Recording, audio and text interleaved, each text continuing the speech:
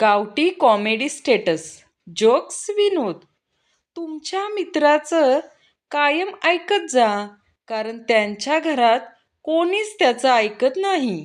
दिवसभर तुम्ही किती पण हिंडा, सगळ्यात हॉट मुलगी तर तेव्हाच दिसणार जेव्हा तुमचे घरचे सोबत असतील. खूप नशीबवान असतात ते मुलं, त्यांच्या गर्लफ्रेंड यांच्यासाठी हाताच्या नसा कापून घेतात. आणि एक आमची भवानी आहे, जी आमचं नख सुद्धा कापणार नाही.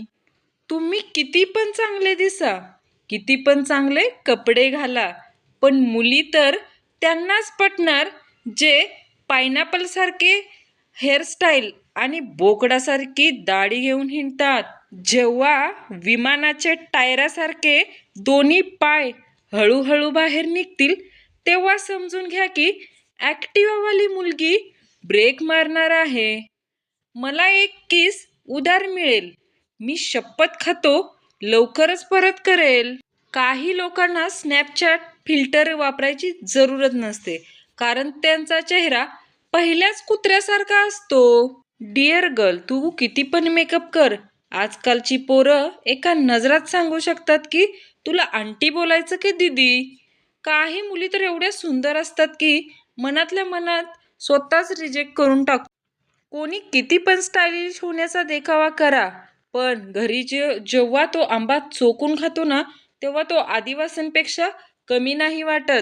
पती, तू मला दारू पिल्यावर काही बोलत नाही, सिगारेट पिल्यावर काही बोलत नाही, काय झालं? बायको, नाही, काल LIC वाला सगळा फायदे सांगून गेलाय.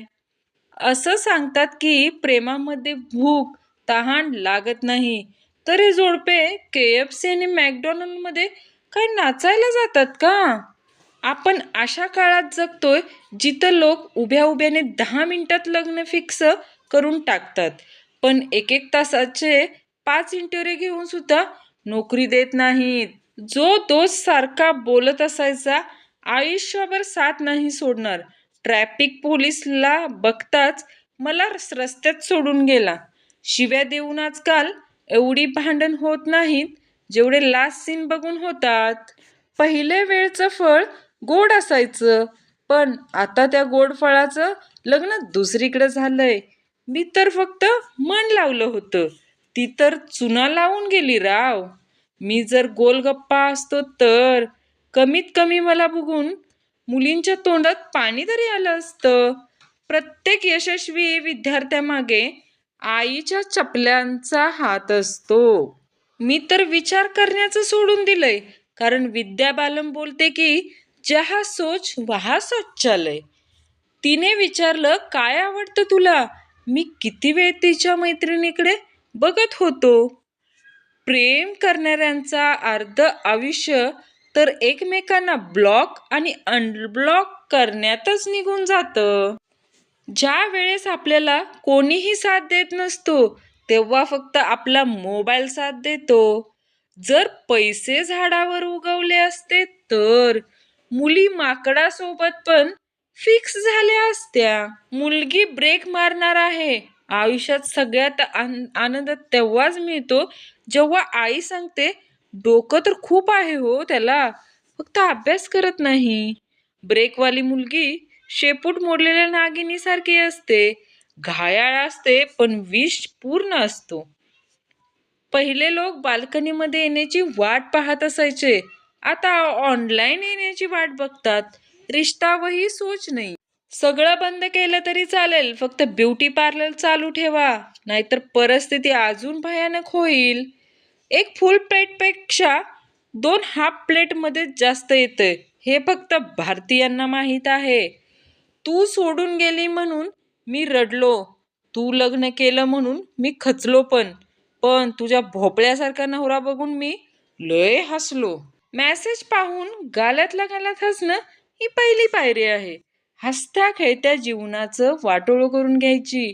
लव्ह मॅरेज करण्याचा एक फायदा असा पण असतो, मिक्स लग्नाच्या पहिल्या रात्री लाजण्यात वेळ जात नाही. ज्या मुलांमध्ये प्रपोज करण्याची हिंमत नसते, ती मुलं धूळ बसलेल्या गाडीच्या काचेवर दिल बनवून त्या दोघांची नावे लिहून खुश होतात.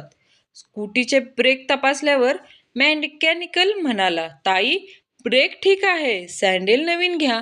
ते घासले आहेत, त्याच्यामुळे गाडी थांबत नाही तुमची. महागाचे बूट चप्पल घेणं काही मोठी गोष्ट नाही. मोठी गोष्ट तर ही असते की मित्रांना पटवून देणं, अरे खरंच महागाचे आहेत रे ते. आजकाल 10-12 वर्षांच्या मुलाकडे पण खतरनाक गर्लफ्रेंड असते.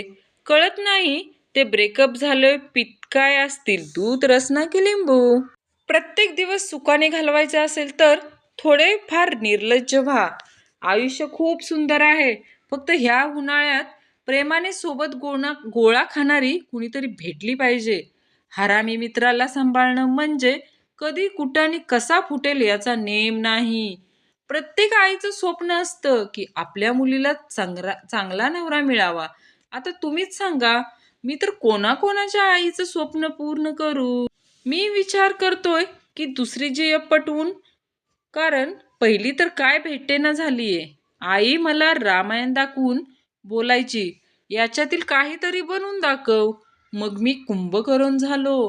चांगल्या मुलांना प्रपोजल नाही, डायरेक्ट लग्नाची मागणी येतात. तर असं म्हणून मी आज माझ्या मनाची समजूत काढली. मुलांना दारू आणि मुलींच्या तोंडावर मेकअप जेवढा चढतो ना, तेवढा तोंडातून फक्त इंग्लिशच निघते. आपण आपल्या भविष्याचा खोलवर विचार फक्त मोबाईल चार्जिंग लावलेला असेपर्यंतच करतो. पायाखालची जमीन सरकते जेव्हा कुणी म्हणतं, मला तुझ्याबद्दल एक गोष्ट समजली आहे. टॅलेंटेड खूप जास्त टॅलेंटेड मग येतात बनियान आणि चड्डी या जोडीमध्ये अख्खा उन्हाळा काढणारे. आजकालची पोरं गाणी म्हणत आहे, बनजा तू मेरी राणी, तुझी महल दिलाऊंगा, आणि तू स्वतःच्या घरचं काम घरकुल आवास योजना अंतर्गत चालू आहे. आजचे ज्ञान त्या मित्राच्या मैत्रीवर कधीही शंका घेऊ नये, जे आपल्याला ज्ञानाच्या गोष्टी सुद्धा शिव्या देऊन शिकवतो. इतिहास साक्ष आहे की नवरी नवर देवासोबत जेवायला बसलेले लोक अगोदर पण एकदा जेवलेले असतात. विचार केला, मित्रमैत्रिणीवर पुस्तक लिहावे पण प्रत्येक ओळीत शिव्या लिहीन बरोबर नाही वाटत. विचार करा, सफरचंदना ऐवजी झाडं पडले असते तर न्यूटन तिथेच गचकला असता. प्रेम नव्हतं तर सांगायचं ना. फिक्स कामवाली मावशी म्हणून माझा नंबर सेव्ह करायचं काय गरज होती. उन्हाळा चालू झालाय आता, कोंबड्या खाणारे म्हणतील चिमण्यांना पाणी ठेवा. आजीचा मोबाईल सायलेंट झाला होता, तो फक्त काढून दिला. आता आजी सगळ्या गावात सांगत आहे की माझा नातू मोबाईल रिपेअरिंग करतो. जगातील कोणतीही तराजूमध्ये न मोजता येणारी गोष्ट म्हणजे शिवी.